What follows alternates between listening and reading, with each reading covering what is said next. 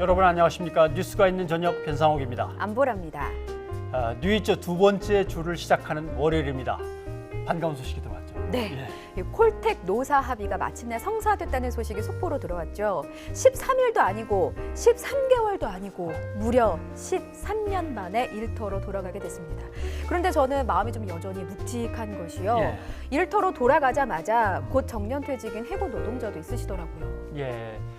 아무튼 보상받을 수 없는 세월입니다. 네. 그래서 억울한 이들, 고통당하는 이들에게는 이름이 따로 있다고 얘기를 하죠. 이름이 따로 있다고요? 어떤 건가요? 그 이름이 오늘입니다. 그러니까 내일 처리합시다. 견디어보쇼. 다음에 만나서 얘기합시다. 이렇게 불행과 고통으로 무너지는 인간의 존엄 앞에서 내일, 이 다음에 이런 말을 하면 안 되는 거죠. 고통당하는 생명들, 그들의 이름은 늘 오늘입니다. 오늘이라는 말이 이렇게나 좀 무겁고 숭고한 이름이었구나 다시 한번 생각하게 됩니다. 저희가 잠시 후에 콜텍 지회장님 만나보도록 하겠습니다. 여러분의 오늘 뉴스가 있는 저녁이 함께하겠습니다. 94.5MHz YTN 라디오 그리고 유튜브에서도 실시간으로 보고 들으실 수 있고요. 저희가 문자 참여도 가능하죠? 네, 그럼요.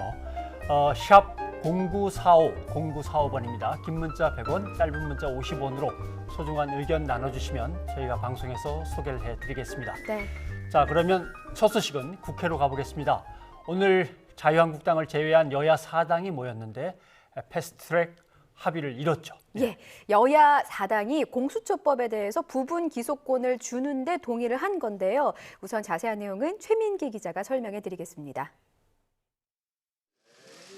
자유한국당을 제외한 여야 4당 원내사령탑이 한자리에 모였습니다.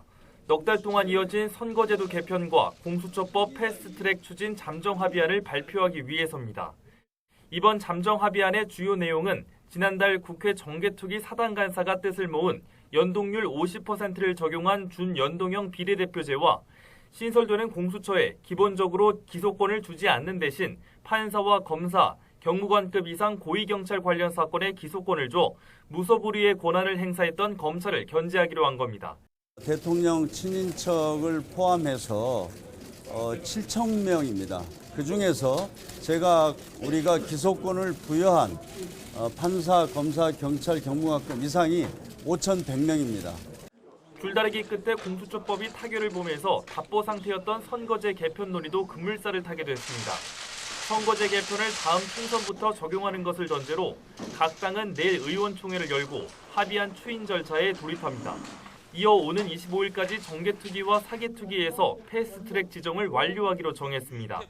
다만 패스트트랙으로 처리하더라도 자유한국당을 포함해 여야가 합의 처리하기로 해 한국당의 논의 참여를 촉구했습니다.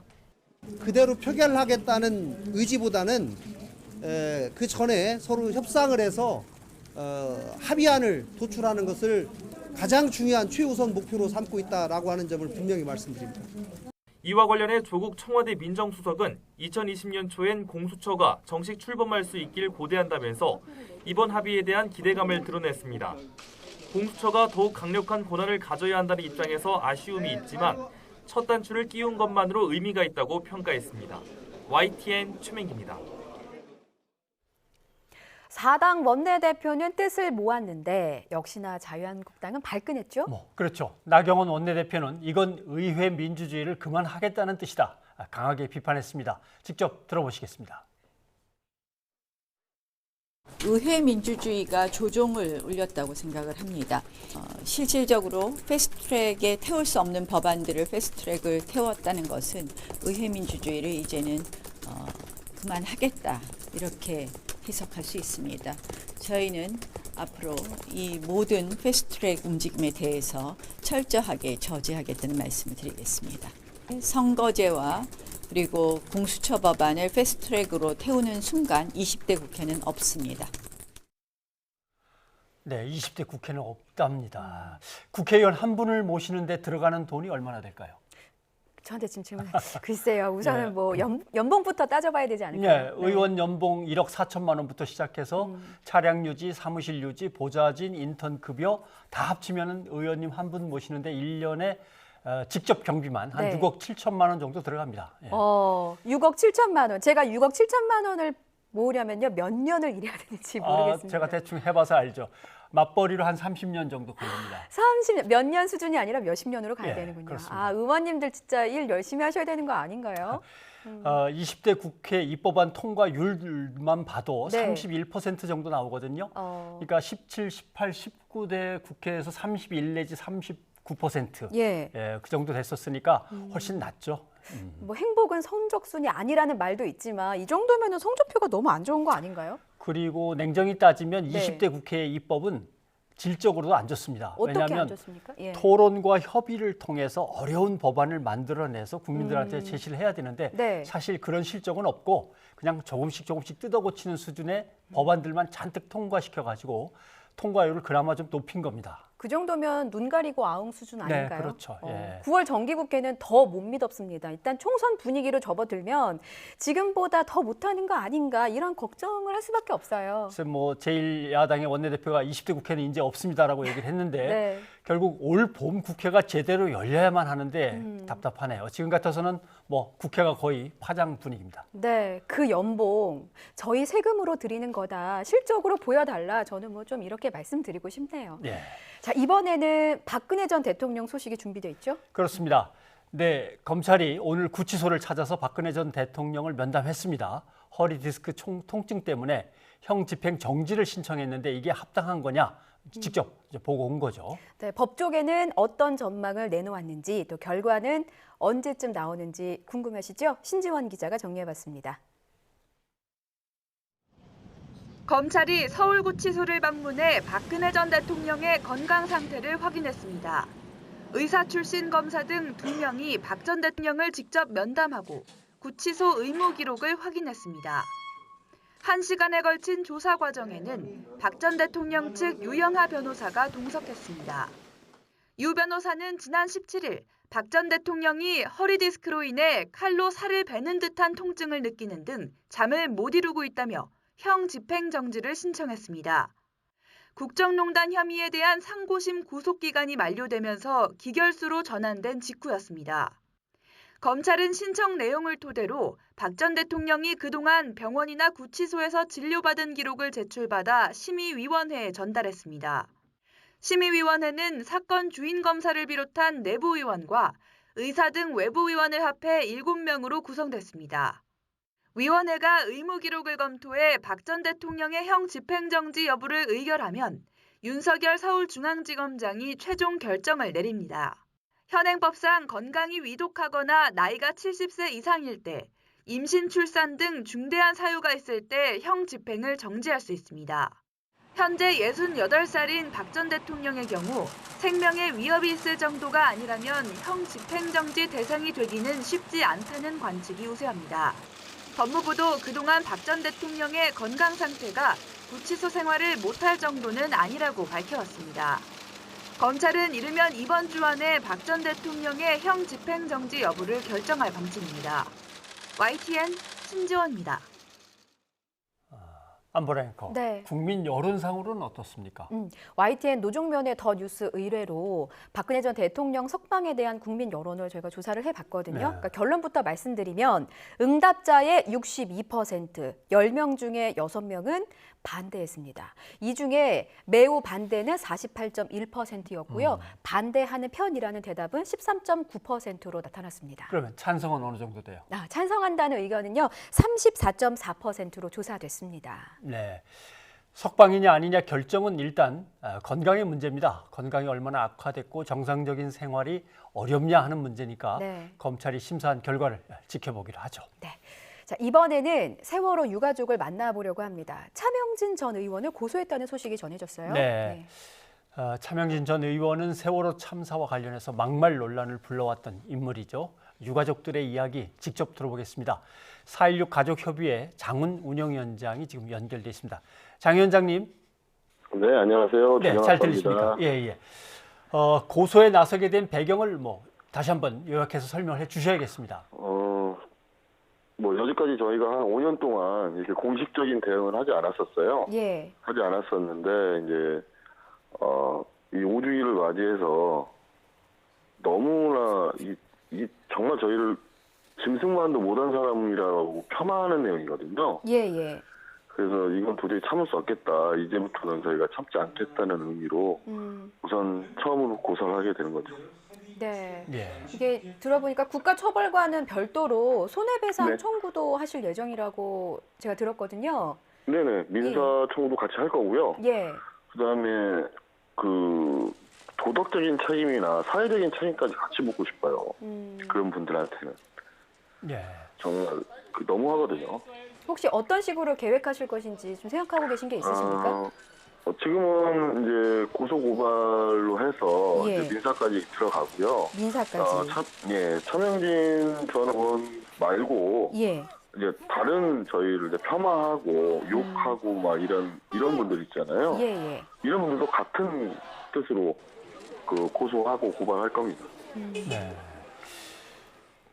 저는 뭐, 이런 생각도 네. 해봤습니다. 만약에 그러면 이번에 고소를 해서 차명진 의원에 대해서 분명한 응징을 하지 않는다면 다음부터는 이런 일이 안 생길 거냐? 아니면 고소를 해서 분명히 응징을 하면 다음부터 좀 줄어들겠느냐? 이 두 가지 중에 어떤 게 더 가능성 있는 일일까? 이런 생각을 해봤는데 이런 일이 반복되는 이유는 뭐라고 생각하십니까?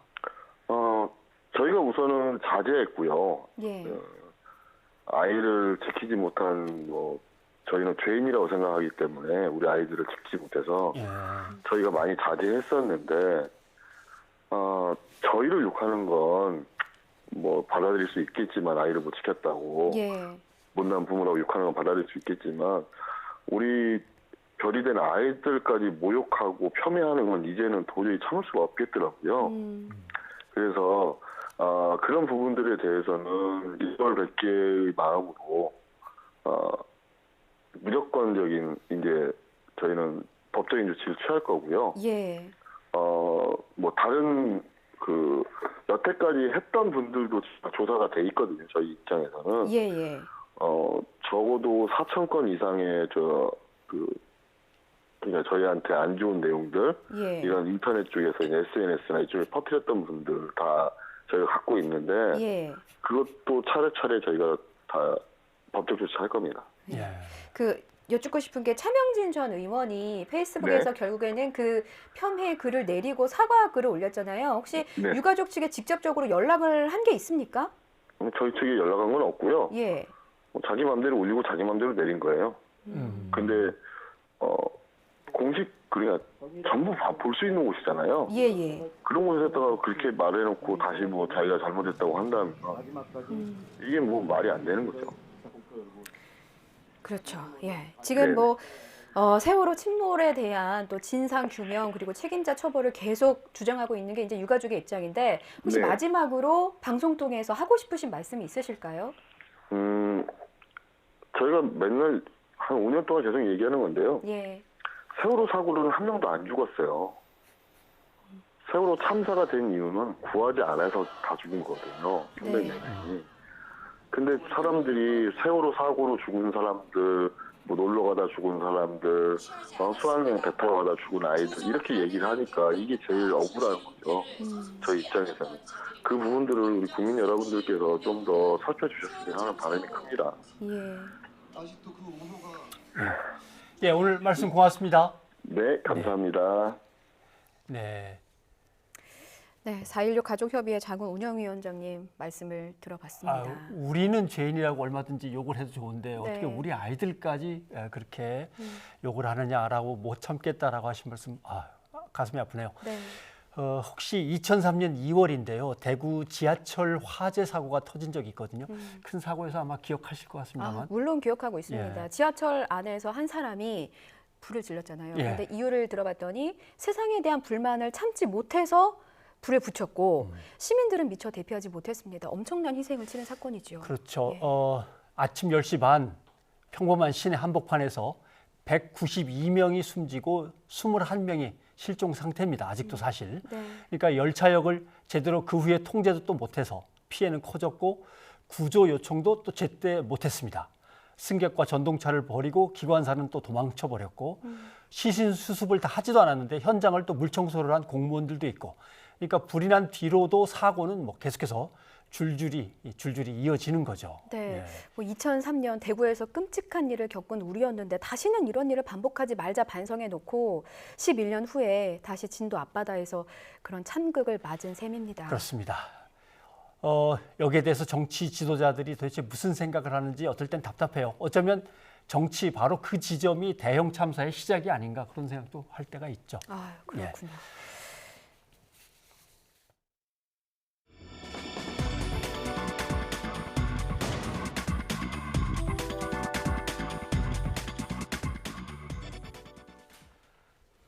브리핑이 있는 저녁 시간입니다. 브리핑을 담당하고 있는 이연아 기자와 함께합니다. 어서 오십시오. 안녕하세요. 예. 자, 오늘 첫 소식은 뭡니까? 네, 봄이 왔습니다. 그래서 봄에 한강 공원 관련된 소식을 준비했는데요. 네. 그 앵커 두 분께서는 주말에 한강 공원 좀 나가 보셨나요? 저는 뭐 종종 친구들과 나가서 돗자리 펴놓고 치킨 시켜 먹는 또 재미가 있잖아요. 네. 선배님께서는 저는 한강 옆에 살았는데 1년에 한두 번 아, 예, 그렇게 나간 것 같습니다. 학교 가까워서 지각한 뭐 셈이군요. 그런 것 같습니다. 그것과 같네요. 네. 사실 한강공원 가면은 새롭게 눈에 띄는 것 중 하나가 텐트족입니다. 네, 엄청 많더라고요. 맞습니다. 예. 정말 이제는 날씨가 좋은 날이면은 발 디딜 틈이 없는 게 또 한강공원 텐트족들인데요. 네. 이 여기에 관련된 민원이 접수가 많이 됐다고 합니다. 어떤 민원인가요? 텐트 속에서 이 연인들끼리 이 과도한 혹은 민망한 애정 행각 때문에 민원이 증가했다는 건데요. 네. 자, 그래서 서울시가 이에 대해서 새로운 방침을 내놨습니다. 텐트에 여러 면이 있는데 이 중에 반드시 2면 이상을 개방해야 되고 예. 이를 어기면 최대 과태료 100만 원을 부과하고 100만 원. 네, 예. 비싸죠. 네. 그리고 저녁 7시 이후에는 이런 텐트를 사용할 수 없게끔 했습니다. 그래서 한강본부, 서울시 한강본부에서는 여기 인력 200여 명이나 단속반을 투입을 해요. 그래서 하루 8번 이상 공원을 돌면서 단속하고 또 지정된 13개 장소에서만 텐트를 칠 수 있다고 합니다. 예. 과태료를 100만 원 부과 뭐 이렇게 세 개 불렀다는 건 그만큼 민원이 많았기 때문이 아니겠습니까? 이 조치에 대해서 시민들의 반응은 어떤지 궁금한데요. 시민들의 반응은 굉장히 다양합니다. 네. 그런데 이 서울시가 운영하는 시민 의견 제안 홈페이지가 있는데 직접 네. 한번 들어가 봤는데요. 네. 관련된 뭐 좀 의견들이 올라와서 정리를 해봤습니다. 사생활 침해다. 바바리맨 잡는다고 바바리 못 입게 하는 것과 같다. 그리고 또 민주주의 사회에서 말도 안 된다 등의 뭐 내용도 있었고요. 네. 또 현장 나가서 좀 시민들의 의견을 물었을 때는 찬성한다는 의견도 있었습니다. 보기에 민망하다는 프라이버시도 있고 네. 자기들의 공간을 다 열어 보여야만 한다는 또 그런 프라이버시의 침해 문제도 있고 네. 좀 난감한. 그럼 어떤 방식으로 이걸 단속을 해야 되는 거예요? 툭툭 치면서 문 여시오, 문 여시오 이래야 되는 거예요? 그래서 또 단속반도 취재를 해봤습니다. 네. 어떻게 단속하십니까? 라고 여쭤봤는데요. 네. 사실 단속반도 굉장한 고충이 있다고 합니다. 어. 그러니까 쉽지가 않은 거죠. 말씀하신 대로 텐트를 전부 다 문을 닫는다고 해서 갑자기 열 수도 없는 노릇이고요. 네. 그래서 뭐 난감하다, 참 서로가 민망한 상황이다. 그래서 뭐 소리를 듣고 뭐 파악을 한다, 뭐 이런 좀 재미난 답변도 주셨어요. 그런데 네. 일각에서는 네. 글쎄요. 저는 일단 이제 이현아 기자와 얘기하면서 그 나머지 분들의 의견을 좀 생각을 해보면 과도한 애정행각 하지 않았는데 그냥 과도한 애정행각을 한 것처럼 오해를 받을 수 있다라고 주장하시는 분들도 분명 있을 것 같아요. 단속반한테. 그렇죠. 예. 상황에 따라서는 정말 다양한 상황들이 펼쳐질 수 있기 때문에 네. 사실 서울시가 노리는 거는 정말 단속을 하겠다, 과태료를 매기겠다 이런 거라기보다는 예. 홍보를 하고 뭐 어. 의식 수준을 개선하는데 좀 더 초점이 있지 않나 싶습니다. 근데 실제로 한강을 이용하는 숫자도 엄청나게 늘어났습니다. 네. 그래서 2010년에는 4천만 명이었는데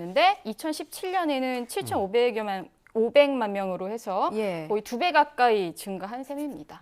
그렇군요. 제가 앞서 그 치킨 시켜 먹었다 친구들과 이렇게 말씀을 드렸는데 네. 그럼 이제 치킨도 못 시켜 먹게 되는 건가요? 치킨 시키는 것도 좀 까다롭게 됐습니다. 네, 그래서 정해진 그 배달존 내에서만 게시판을 통해서 이 전단지도 뿌릴 수 있고요. 전단지를 지금은 이제 아무 곳에서나 배포를 했다면 네. 정해진 곳에서만 가능하고 그리고 또 쓰레기 수거 횟수도 3번에서 4번으로 늘리고 새벽 시간에 청소 기동대도 운영한다고 합니다. 예. 전체적으로는 엄청난 예산이 들어가는 한강 관리여서 일단 시민들이 협조할 수 있는 거는 정말 협조를 해야겠죠. 네. 예. 다음 소식은 뭡니까? 네, 다음 소식은 마약 소식을 또 준비해 봤습니다. 네. 뭐 아시겠지만 마약 투약 관련해서 저희가 계속 보도를 드리고 있는데요. 마약 투약 혐의로 가수 박유천 씨가 오늘 3차 경찰 소환 조사를 받았습니다. 네. 박 씨의 옛 연인이었던 황하나 씨의 진술이 경찰은 신빙성이 있다라고 보고 있는 건데요. 황 씨의 진술 중에 좀 살펴보면 올해 초 박 씨랑 필로폰을 사고 함께 투약을 했다. 네. 뭐 이런 얘기가 있었고 경찰은 실제 황 씨 관련돼서 진술을 좀 신빙성을 둘 수 있는 영상을 확보한 상태입니다. 이에 대해서 박유천 씨는 혐의를 부인하고 있고요. 일단 서로 진술이 엇갈린 상황입니다. 자, 그래서 경찰은 이번 주 내에 대질 조사를 할 예정입니다. 연인 관계에서 이젠 진실 게임을 해야 하는 사이가 됐군요. 네. 그 마약 관련해서 또 하루 종일 떠들썩했습니다. 현대가 3세의 마약 소식도 있었죠? 네, 맞습니다. 예. 현대가 3세 정모 씨가 액상 대마 등을 피운 혐의로 어제 귀국해서 체포가 됐었고요. 네. 경찰이 이에 대해서 구속영장을 신청했습니다. 정 씨는 2달 가까이 해외에 머무르다가 어제 귀국을 해서 인천공항에서 체포가 됐는데 네. 정 씨 측에서는 신축 사업 업무 때문에 영국 출장을 갔고 일단 경찰 조사 때문에 귀국을 했다라고 했는데 어제 첫 조사에서 혐의 대부분을 인정했습니다. 네. 그래서 늘 습관적으로 네. 뭐 제모를 해왔다든가 아니면은 뭐 손에 바늘 자국 아니냐 그러면 이거는 뭐 긁혀서 난 상처다. 항상 이렇게 핑계를 많이 댔기 때문에 저러다가 마약 김밥 때문입니다. 뭐 이런 식으로 핑계를 대려고 그러나 이런 생각도 해봤는데 네. 이번엔 증거가 확실했던 모양이군요. 네, 경찰은 일단 사실 수사를 먼저 어떤 식으로 했냐면요. 마약 알선책이었던 27살 이모 씨를 먼저 구속 기소했습니다. 네. 자, 그런데 이 씨를 수사하는 과정에서 휴대전화를 뒤져보니까 구매 정황이 있던 이 결정적인 단서를 확보하게 된 거죠. 예. 자, 그래서 현대가 3세인 정 씨가 액상 대마를 7차례에 걸쳐서 사고 또 모두 4차례 흡입한 거를 어느 정도 좀 경찰은 정확한 증거물을 확보한 거고요. 예. 이 과정에서 SK그룹 3세 최모 씨도 등장하게 됩니다. 예. 그래서 그 정 씨와 함께 마약을 투약한 것으로 지금은 알려져 있고요. 자, 그리고 이 둘을 유학 시절 서로 알게 됐다고 합니다. 그렇군요. 마약 김밥 얘기하셔서 혹시나 시장에서 많은 분들에게 인기 있는 마약 김밥에는 마약이 없습니다. 너무 맛있어서 그런 또 별칭이 붙었죠. 예, 근데 이게 사실은 또 한 가지 좀 짚고 넘어갈 부분 중에 하나가 네. 경찰이 마약 수사를 할 때 보통 한 명을 딱 정하고 하진 않습니다. 어. 예, 근데 이게 대부분 딱 경찰 수사망에 한 명의 레이더에 딱 걸리게 되면요. 네. 결정적인 증거 하나만 확보하게 되면 마치 고구마 줄기 캐듯이 어. 이게 하나하나 술술 나온다고 합니다. 네. 이게 바로 이제 마약이 보통 공급책과 그리고 뭐 투약자 등이 엮여 있기 때문에 네. 사실 마약 범죄는 단독으로 활동하는 게 어렵다라고 합니다. 그러니까 아마 이번 사건은 연예계와 재벌 3세 2세들에게 주로 공급하던 조직이 네. 아마 잡힌 모양입니다. 줄줄이 나오는 거 보니까. 예, 맞습니다. 예. 한 번에 뿌리 뽑혔으면 좋겠네요. 예. 네. 다음 소식은 뭐죠? 네, 다음 소식은요. 성관계 몰카 혐의를 받고 있는 정준영 씨 관련된 소식입니다. 예. 네. 일단 가수 정준영 씨가 성관계 동영상 불법 촬영을 하고 유포한 혐의로 구속 기소가 됐는데 네. 다음 달 10일 서울중앙지방법원의 첫 공판 준비기일이 진행이 될 예정입니다. 정 씨는 2015년 말에 가수 승리 씨 등과 함께 카카오톡 대화방에서 여성들과 성관계 사실을 언급하고 몰래 촬영한 영상을 전송하는 등 11차례 불법 촬영물을 유포한 혐의인데요. 네. 뿐만 아니라 FT 아일랜드 최종훈 씨 그리고 가수 로이킴, 에디킴 등 이 5명도 대화방 음란물 유포 혐의 기소 의견으로 이제 검찰에 송치가 됐습니다. 네. 자, 그리고 한 가지 더 좀 아마 계속해서 좀 보도를 드릴 것 같은데 2016년에 또 가수 정준영 씨 등 5명에게 집단 성폭행을 당했다고 주장한 피해 여성이 있습니다. 네, 네. 네, 이분도 이제 고소장을 접수하게 되면 구체적으로 이제 경찰 수사가 돼서 관련 내용이 추가로 나올 것으로 보입니다. 아직 예. 이 여성이 고소장을 접수한 건 아닌 거죠? 예, 그런 것 예. 아무튼 이 그룹의 도대체 끝은 어디인지 그것도 궁금해질 정도로 참 여기저기 많은 것들이 걸려 있군요. 네. 예, 이재현 기자 수고하셨습니다. 감사합니다.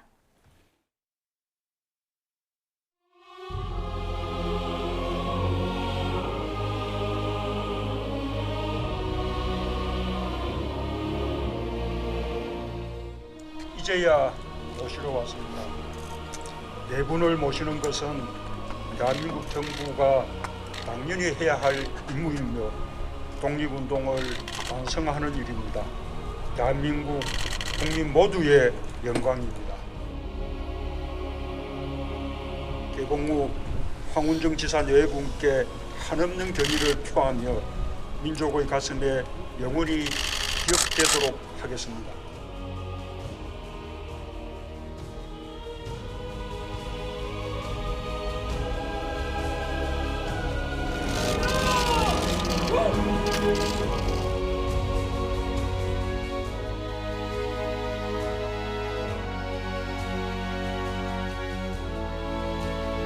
우리 정부는 머나먼 이국 땅에서 생을 마감하신 독립운동가들의 정신과 뜻을 기리고 최고의 예우로 보답해 나가겠습니다. 이제 개봉우 지사님과 배우자 김야간님, 황운정 지사님과 배우자 장혜금님 네 분을 조국 고향 산천으로 모십니다.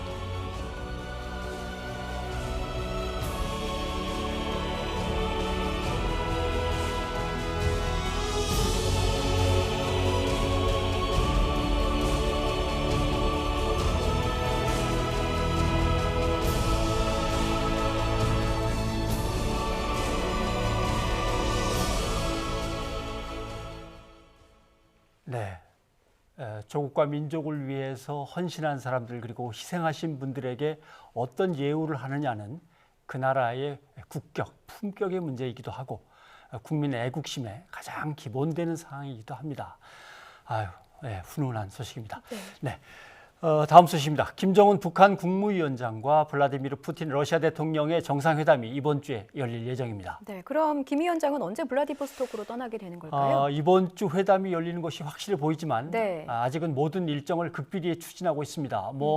러시아도 북한도 다 마찬가지겠죠. 네. 최고 지도자의 동선이나 일정에 대해서는 극도로 보완하기 때문에 이르면 아마 내일 출발할 것 같은데 아주 확실하게 드러나지는 않습니다. 네, 그렇다면 이제 현재로서는 두 정상이 모레 만찬을 갖고 이튿날인 25일에 정상회담을 할 가능성이 크다 이렇게 봐도 될까요? 네, 예. 뭐 그 정도로 전해지고 있습니다. 네. 전용 열차로 이동할 거니까 20시간 남짓 걸릴 것으로 보여서 네. 내일 평양 출발하는 걸로 지금 점쳐지고 있는 거죠. 하노이 북미 정상회담 때를 돌이켜보면 김 위원장이 평양역을 출발한 지 13시간 만에 네. 북한 매체가 신속하게 소식을 보도했거든요. 이번에도 그럴지 관심입니다. 자, 그런데 김정은 위원장이 푸틴 대통령에게 도대체 무엇을 도와달라고 할까요? 콕 집어서 좀 말씀해 주세요. 예. 2017년과 2018년을 비교하면 네. 러시아와 북한 간의 교역액은 절반 이상 56%나 줄어들었습니다. 그래도 러시아는 북한에 다른 건 몰라도 석유 제품만큼은 수출을 늘려서 북한이 급한 대로 에너지를 구해 썼죠. 네. 이걸 이제 더 늘려달라거나 아니면 적어도 미국이 뭐라고 하든지 이걸 좀 유지시켜 달라거나 이런 부탁을 해야 되고요. 네. 예. 뭐 그럼 첫째는 에너지를 에너지고, 뽑으셨고 예. 두 번째는 어떤 건가요? 외화벌이 북한 노동자 문제. 예. 러시아의 북한 노동자가 예전에 한 3만 명 정도 됐는데 지금은 11,000명, 12,000명으로 줄었다고 하죠. 절반 이상 예, 줄었네요. 그렇습니다. 예. 예. 그래서 올해 말 잔류 허가가 끝나는 노동자들이 또 많습니다. 그 사람들이 어떻게든 외화를 벌기 위해서 러시아에 잔류할 수 있도록 허가 연장을 해달라 이거 부탁하는 것도 상당히 급한 일이겠죠. 예. 그렇군요. 자, 다음 소식 알아보겠습니다. 27일 이번 주 토요일에 판문점에서 클래식이 울려 퍼질 예정이라고 합니다. 네, 예. 역사적인 4.27 판문점 남북 정상회담의 1주년을 기념하는 행사가 열립니다. 판문점에서 한국과 중국, 일본의 연주가들이 한반도 평화를 기원하는 클래식 음악 연주를 한다고 합니다. 네, 북한이 참석할까요? 지금으로서는 뭐 북한 측은 참석 안 할 것 같고요. 네. 문재인 대통령도 참석 여부는 아직 불투명하다고 합니다. 영상 보시죠. 지난해 4월 27일 남과 북의 정상이 군사분계선 위에서 역사적인 악수를 나누고 나란히 걸으면서 신뢰를 쌓는 장면은 전 세계에 생중계됐습니다. 김 위원장과 나는 이제 세상에서 둘도 없는 좋은 길동무가 되었습니다. 이번 주 토요일 판문점 정상회담 1주년을 맞아 분단의 상징인 판문점을 다시 평화와 통일의 상징으로 그리는 행사가 열립니다. 군사분계선에서 바흐의 무반주 첼로 1번 서곡이 울려 퍼지고 일본 연주가들은 애니메이션 하울의 움직이는 성의 주제 음악을 연주합니다.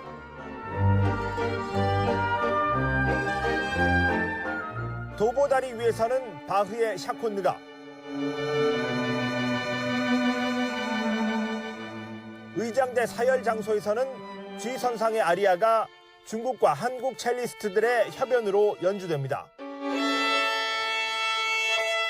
서태지와 아이들의 발해를 꿈꾸며와 전통 음악을 썼던 지난해와 전혀 다른 분위기입니다.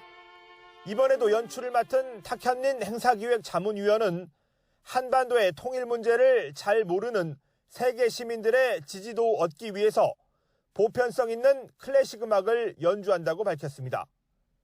공연 제목은 먼 길인데 멀지만 가야 할 길이란 뜻이 담겨 있습니다. 행사는 판문점 남측 지역에서만 진행되고 북측은 불참하는 반쪽짜리가 될 우려가 큽니다. 남북 공동 행사 계획은 준비 단계에서부터 잡히지 않았습니다. 하노이 회담 결렬 이후 비핵화대화 동력이 급격히 약해진 상황이 행사 준비에도 여실히 반영됐습니다. 문재인 대통령의 참석 여부도 지난주 공개 제안한 4차 남북 정상회담에 대한 북측의 반응에 따라 달라질 텐데 낙관적이지는 않습니다. YTN 신호입니다.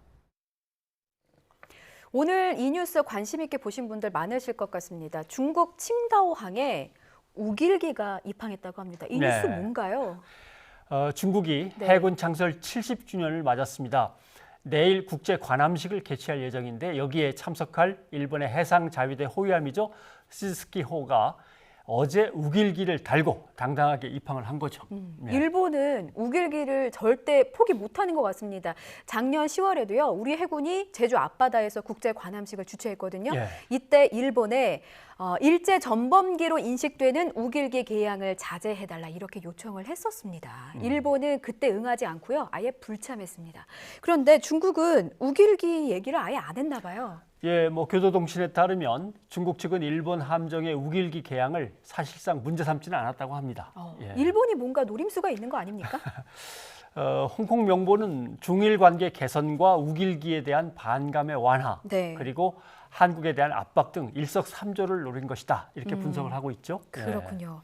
혹시 이 뉴스와도 맥을 같이 하는지 참 궁금합니다. 중국이 1대1로라고 하는 거대한 프로젝트를 추진하고 있잖아요. 26일에 국제 포럼을 엽니다. 여기서 뭔가가 관계가 있는 거죠? 관계가 있죠. 중국은 가능한 한 많은 나라 그리고 그 나라에 가능한 고위급의 국가대표들을 이 회의에 참석시켜서 1대1로를 확실하게 굳히려고 하는 거죠. 근데 미국은 이걸 악착같이 막으려고 합니다. 치열합니다. 미얀마 같은 경우는 참석한다고 하다가 미국의 압박을 받아서 다시 생각하겠다는 쪽으로 돌아섰어요. 그러니까 중국 입장에서는 지금 일본을 끌어들이는 게 중요하거든요. 일본 군함이 우길기를 몇 장을 달고 들어오든 간에 못 본 척 하는 겁니다. 그럼 일본의 경우는 곧 아베 총리와 트럼프 대통령이 만날 예정이고요. 미국과는 동맹 처지잖아요. 그렇죠. 뭘 얻었길래 1대1로에 이렇게 협력을 하는 걸까 궁금해집니다. 사실 공짜는 없습니다. 일본산 쇠고기가 중국 대륙에 다시 수출됩니다. 18년 만에 일본 쇠고기가 다시 중국 대륙으로 들어가는 거죠. 지난 14일 고위급 경제 협상이 있었는데 거기서 그렇게 결정이 됐습니다. 그런 속사정이 있었군요. 다 그런 게 있죠. 사연 없는 무덤은 없다더니. 자, 그럼 이 뉴스도 살펴봐야겠습니다. 국방부의 일침입니다. 우리 함정에 일본 초계기가 근접 비행을 하면 군사적 조치를 단행할 수 있다. 이렇게 일본 측에 설명했다고 합니다. 근접 비행의 기준이 뭘까요? 그거에 대해 제가 설명해 드릴 수 있을 것 같아요. 3해리, 즉 5.5km입니다. 국방부 관계자는요, 지난 1월에 일본 무관을 불러서 3해리 안에 일본 초계기가 근접 비행을 하면, 그러니까 저공 위협 비행을 하면 우리 함정 보호해야겠다. 사격 통제 레이더를 가동하기 전에 경고 통신을 할 수도 있다. 이렇게 전달했다고 합니다. 일본 요미우리 신문은 일본 초계기가 3해리 이내로 접근하면 우리가 곧바로 사격 통제 레이더를 가동하겠다는 방침을 통보했다. 이렇게 보도했는데 사실과 다르다고 국방부 관계자가 설명했습니다. 저희 청취자 문자 소개해드리는 시간이에요. 제가 먼저 고른 걸 한번 소개해드릴까요? 9073님, 하루 종일 더웠는데요. 오늘 왜 이렇게 더운 거예요? 벌써 여름인 줄 알았습니다. 시원시원한 진행 잘 보고 있습니다. 아유, 저희가 시원시원하게 해드렸다니까 정말 저희도 보람 있습니다. 네, 9073님의 사이다네요. 5610님, 선배님께 보낸 문자네요. 반가운 말솜씨 듣고 참 반가웠다고 그동안의 소식이 궁금하셨다고 좀 보내주셨는데요. 예. YTN에서 모든 사람들이 다 환대해 주시고 잘해 주셔서 잘 지내고 있습니다. 네, 저희 이 문자도 좀 소개해 드려야 될 것 같네요. 뭐예요? 예. 0709님, 예. 특정 당 때문에 국정 운영이 안 되면 그 당과 당 의원에게는 지원금과 수당을 주지 말아야 합니다.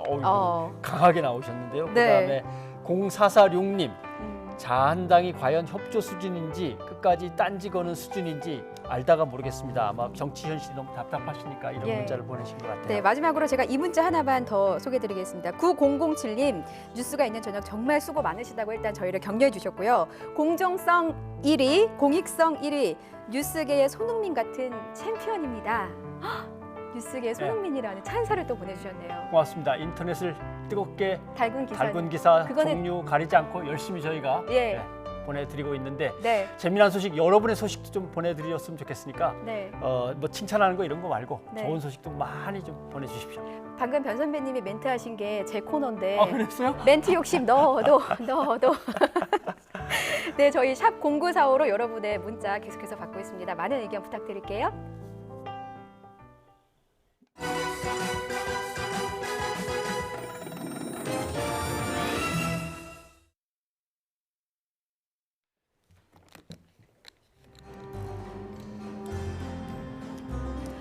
네, 방금 변상욱 앵커가 말씀하셨듯이 인터넷을 뜨겁게 달군 기사 저희가 다 모아봤습니다. 내 맘대로 탑3. 한마디 탑3부터 살펴보겠습니다. 맨 아래로 가보겠습니다. 자, 작가 이회수 전영자 부부의 44년 만에 결별 소식이 전해졌습니다.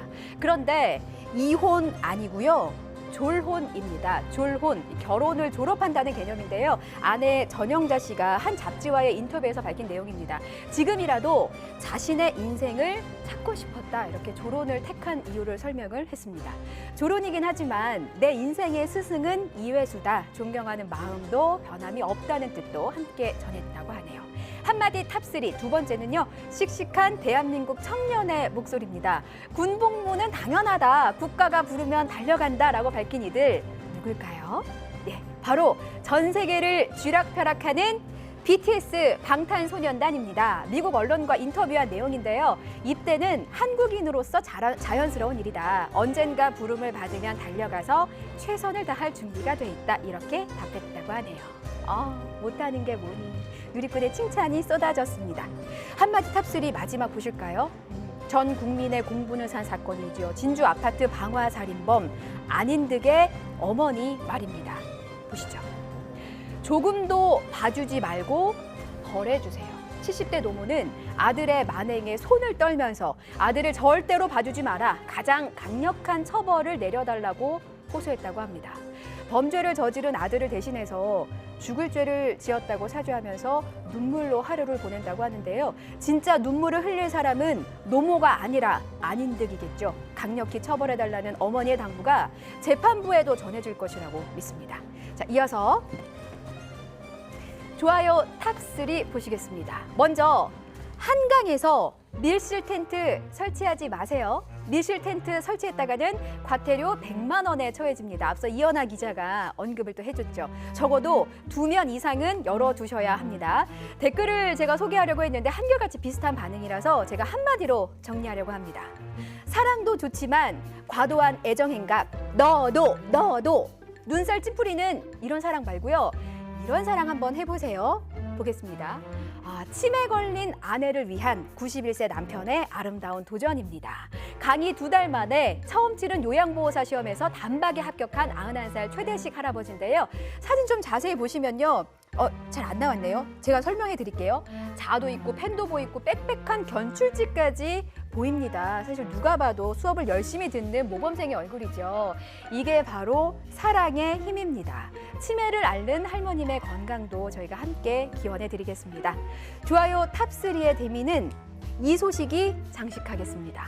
택배 지옥을 경험하게 해드리겠다. 누리꾼들이 해남소방서 페이스북에 올라온 글을 보고 이렇게 호언장담했는데요. 무슨 사연인지 영상으로 함께 하시죠. 해남소방서의 손편지와 함께 춘천 닭갈비가 배달이 됐다고 합니다. 고성 산불 진화를 위해서 최남단 땅끝에서 최북단 고성까지 먼 길 오가느라 고생하셨다는 감사 인사가 담겼는데요. 해남소방서는 페이스북에 사장님 대박나시라며 감사의 글을 올렸고요. 업체 사장님께 직접 감사의 손편지도 보냈다고 합니다. 이 소식을 들은 네티즌 수사대 즉시 출동했습니다. 가려진 상호를 추적해서 훈훈한 감동 사연의 주인공을 찾아내고야만 것이지요. 바로 춘천에서 닭갈비 업체를 운영하는 권모 씨입니다. 인터뷰 요청을 극구사양하다가 결국 YTN 플러스와의 인터뷰에서 한마디 남기셨습니다. 모든 소방관들께 마음을 전하지 못해 죄송스러울 뿐이다. 과분할 만큼 감사 전화와 주문을 받았으니 이제는 전국의 모든 소방관들께 관심과 성원을 해달라. 이런 말씀 남기셨네요. 누리꾼들은 이런 업체는 전화기에 불나도록 잘 돼야 한다며 극찬을 이어갔는데요. 실제로 주문이 아주 많이 늘었다고 합니다. 사장님, 죄송하지만 저도 닭갈비 주문하겠습니다. 택배 포장 지옥은 한동안 계속될 것 같아요. 내 맘대로 탑3였습니다. 뉴입자는 60초 뒤에 만나요. 네. 국내에서 가장 긴 기간인 13년간 해고자 복직 투쟁을 벌여왔던 콜텍 노동자들이 이제 잠정 합의안을 마련했다고 합니다. 네, 투쟁을 시작한 지 4,464일 만에 협상 타결입니다. 금속노조 이인근 콜텍 지회장님 연결돼 있습니다. 안녕하십니까? 안녕하세요. 네, 13년 동안 일터로 가지 못하신 것도 당연하지만 집에도 제대로 들어가셨는지 모르겠습니다. 거리를 계속 떠도신 거 아닙니까? 지금 소회는 네. 어떠십니까? 네, 그렇죠. 14년 동안 거리에서 떠돌고 있었죠. 집에도 못 가고. 네. 지금 좀 뭐랄까 복차오르는 감정 그래서 때문에 말씀을 좀 잊지 못하고 쉽지는 않으신 계신데, 것 같은데, 지금 회장님도 그러시고 조합원들도 그렇고 단식 투쟁도 마다하지 않으셨습니다. 지금 건강은 괜찮으신지요? 이제 단식 투쟁을 진행하는 조합원은 지금 건강이 많이 악화되어 있는 상태고요. 예. 아마 내일 조인식을 마치고 바로 병원으로 좀 후송 조치를 해야지 될 것 같습니다. 예. 사측과 타결이 그래도 그렇게 오랫동안 끌어왔는데도 불구하고 이번에 될 수 있었다면 결정적인 요인이 뭡니까? 아무래도 13년이라는 시간 동안 진행돼 왔던 이 정예고 투쟁에 대해서 이 시민사회 단체분들의 빠른 해결을 요구하면서 관심을 갖고 또 요즘 저희들이 끝장 투쟁을 진행하면서 많은 여론들이 관심을 가졌던 것이 좀 큰 영향을 미쳤던 것 같습니다. 예.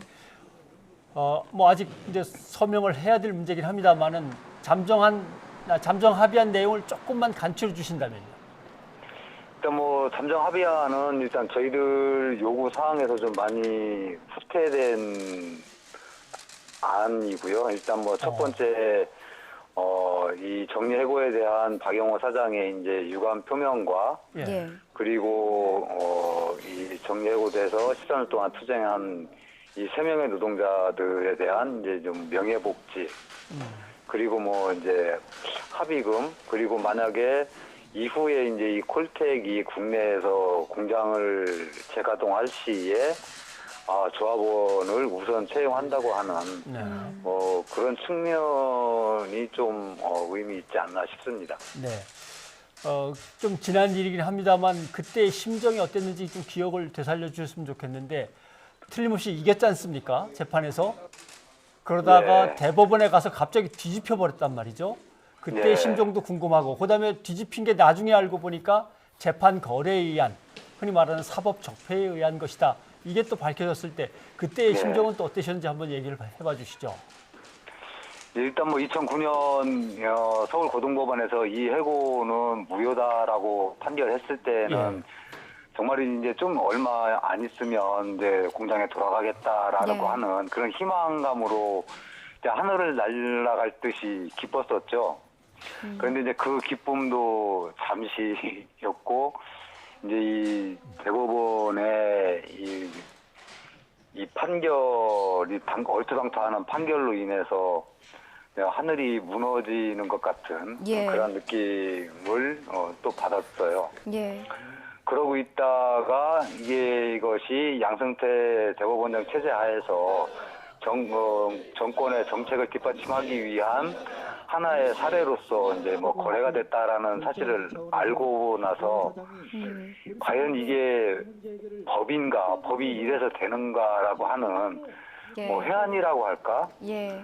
뭐 실망감이 많이 밀려왔어요. 네. 사실 대부분의 국민들은 법이라고 하면 뭐 공정하고 평등하고 뭐 이렇게 생각을 하잖아요. 네네. 그런데 이제 이 재판 거래의 피해자가 되고 보니 사실은 이제 그러한 사항들이 다 허구였다라고 하는 것이 네. 너무 안타까웠어요. 예. 네. 그간의 그리고 어떤 국민들은 뭘 믿고 이제 살아가야 하나. 예. 네, 그런 감정. 어쨌든 공장으로 이제는 긴 시간이 걸렸지만 돌아가시게 됐습니다. 정식으로 이제 노사가 내일 합의안에 서명할 예정이라고 하니까요. 유종의 미를 끝까지 잘 거두시길 바라겠습니다. 선생님 오늘 전화 연결 감사드리겠습니다. 네, 감사합니다.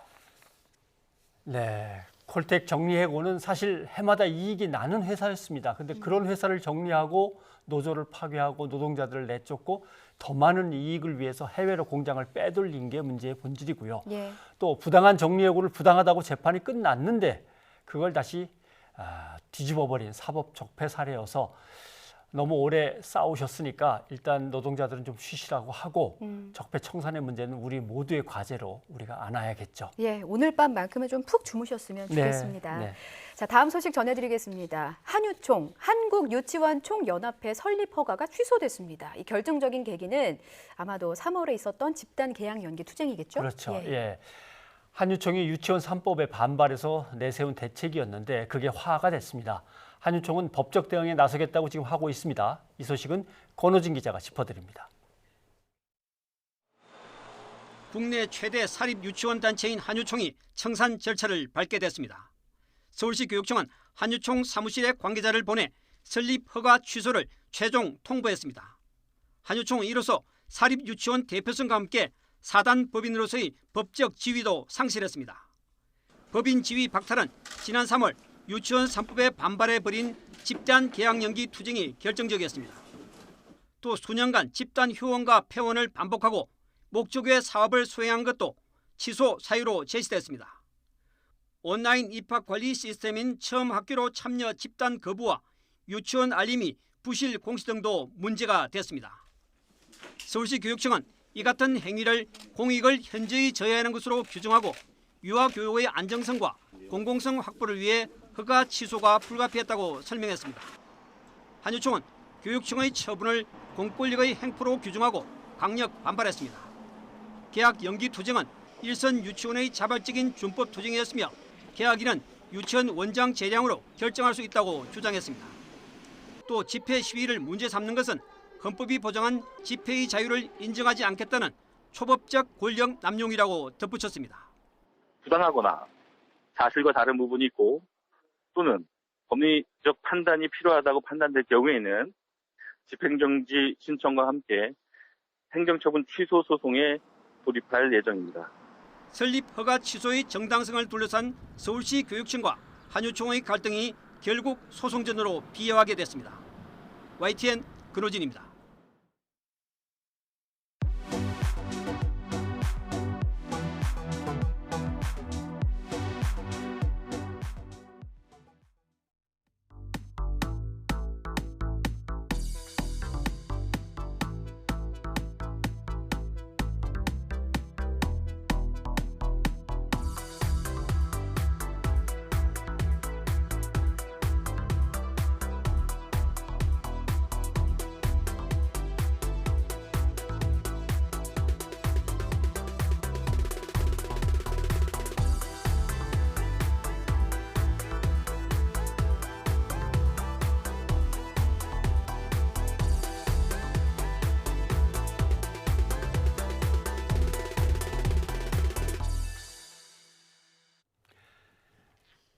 우리의 몸을 건강하게 지켜줄 올바르고 알찬 정보를 알아보는 시간입니다. 건강한 저녁입니다.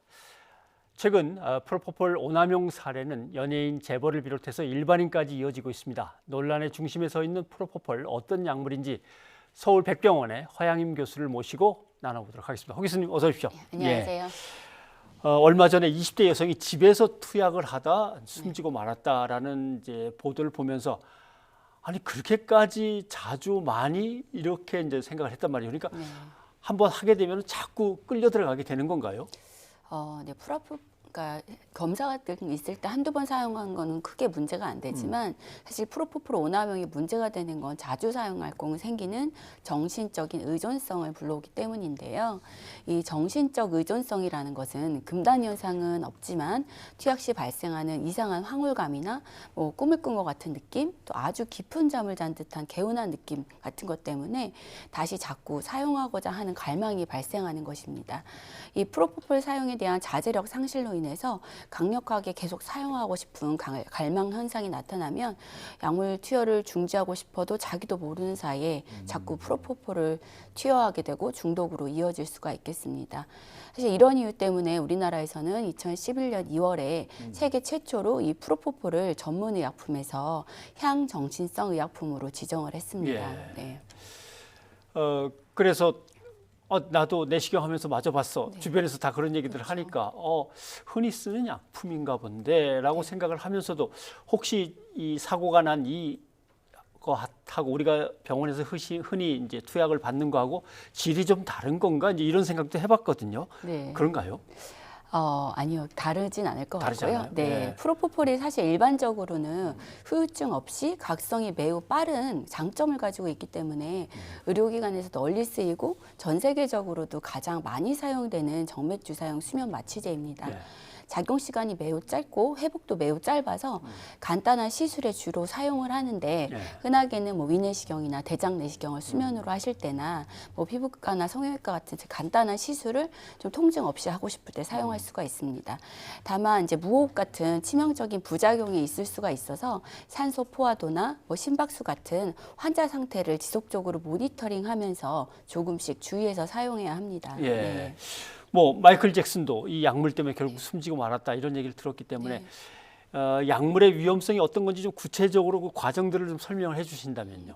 네, 사실 이 프로포폴을 너무 자주 사용하다 보면 똑같은 양을 투여를 해도 깊은 잠에 드는 것이 어렵기 때문에 점차 양을 늘려갈 수가 있겠습니다. 근데 사실 이 약물이 위험한 게 안전하게 사용할 수 있는 용량의 범위, 즉 안정력이라는 부분이 굉장히 좁기 때문에 호흡기계 이상으로 인한 일시적인 무호흡이나 심혈관계 이상으로 인한 저혈압과 같은 이런 치명적인 이상 반응이 나타날 수 있는데요. 일정한 한도를 넘어가면 그래서 사람이 죽음에 이를 수도 있다는 게 특징입니다.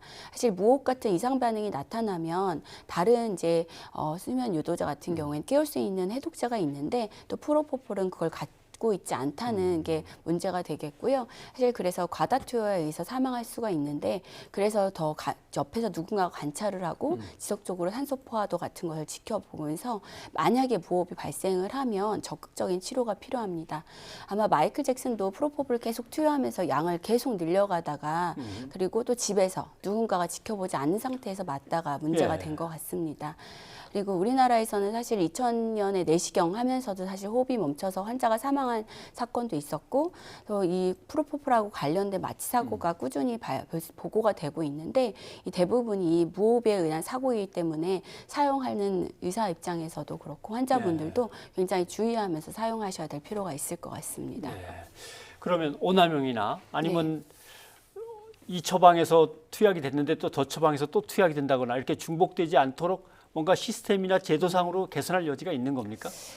사실 지금 이제 마약으로 지정이 향정신성 의약품이 되면서 마약으로 관리가 되고 있는데 마약류 통합 관리 시스템은 마약류의 제조나 수입, 유통, 사용 전 과정을 사실 전산 시스템으로 보고하고 저장해서 모니터링하는 체계로 되어 있고요. 우리나라에서 2018년 5월부터 운영이 되고 있습니다.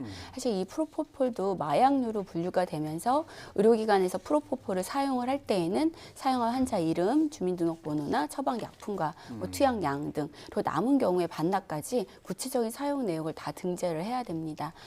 사실 이렇게 예전에 투약량이나 보관량 같은 걸 종이에 기재하던 것보다는 사실 조금 더 체계적인 관리가 가능해졌지만 사실 시스템을 좀 속이거나 프로포폴을 투약하는 문제를 막지 못하는 상황이 좀 있어서 이런 사고가 자꾸 일어나는 것 같습니다. 아무래도 기본적으로 이 프로포폴에 대한 관리 책임이 의료기관에 좀 있기 때문이고요. 예. 사실 의료기관에서 시스템상 환자 정보를 좀 거짓으로 넣거나 아니면 누락하거나 하는 상황이 생겨도 적극 찾아내기가 좀 쉽지 않은 문제가 있어서 그런 것 같고요. 보통 보건소에서 조사를 하는데 보건소에서 전수조사를 할 수 없기 때문에 네. 의료기관을 관리하는 사람이 약간 이제 마음을 잘못 먹으면 이런 문제가 생길 수 있는 것 같습니다. 네. 네. 예, 오늘 이렇게 좋은 설명 고맙습니다. 네. 허양임 교수님 수고하셨습니다. 네. 네. 또 화재 소식이 속보로 들어왔군요. 예, 제가 좀 전해드리겠습니다. 네. 2시간 반 전쯤인 저녁 6시쯤에 경기도 연천군 비무장지대 임야에서 불이 났다는 속보가 들어왔습니다. 지금 관계 당국이 대응 중이기는 한데 비무장지대여서 지금 진화 상황을 좀 지켜봐야 할 것 같습니다. 네, 지금 전해지는 바로는 불은 북한 쪽에서 시작이 돼서 남쪽으로 번지고 있다고 합니다. 예. 정확한 피해 면적 같은 것은 아직 파악되지 않았는데 지금까지 다행히 인명피해는 없는 것으로 전해지고 있습니다. 예, 이 소방 관계자 말도 전해졌는데요. 화재 발생 지점이 비무장지대 내부라서 지금 헬기 투입은 불가능한 상황이라고 합니다. 네. 그래서 불이 번지는 걸 막기 위해서 뭐 관계기관과 대응 중이다라고 하기는 하는데 소방 당국이 손을 못 쓰고 있는 상황에서 폭발물 같은 게 터지면서 지금 불이 확산하고 있는 상황이라고 예, 하거든요. 예. 자세한 소식은 저희가 이어지는 뉴스에서 전해드리도록 하겠습니다. 네, 뉴스가 있는 저녁은 내일 다시 여러분을 찾아뵙겠습니다. 오늘 고맙습니다.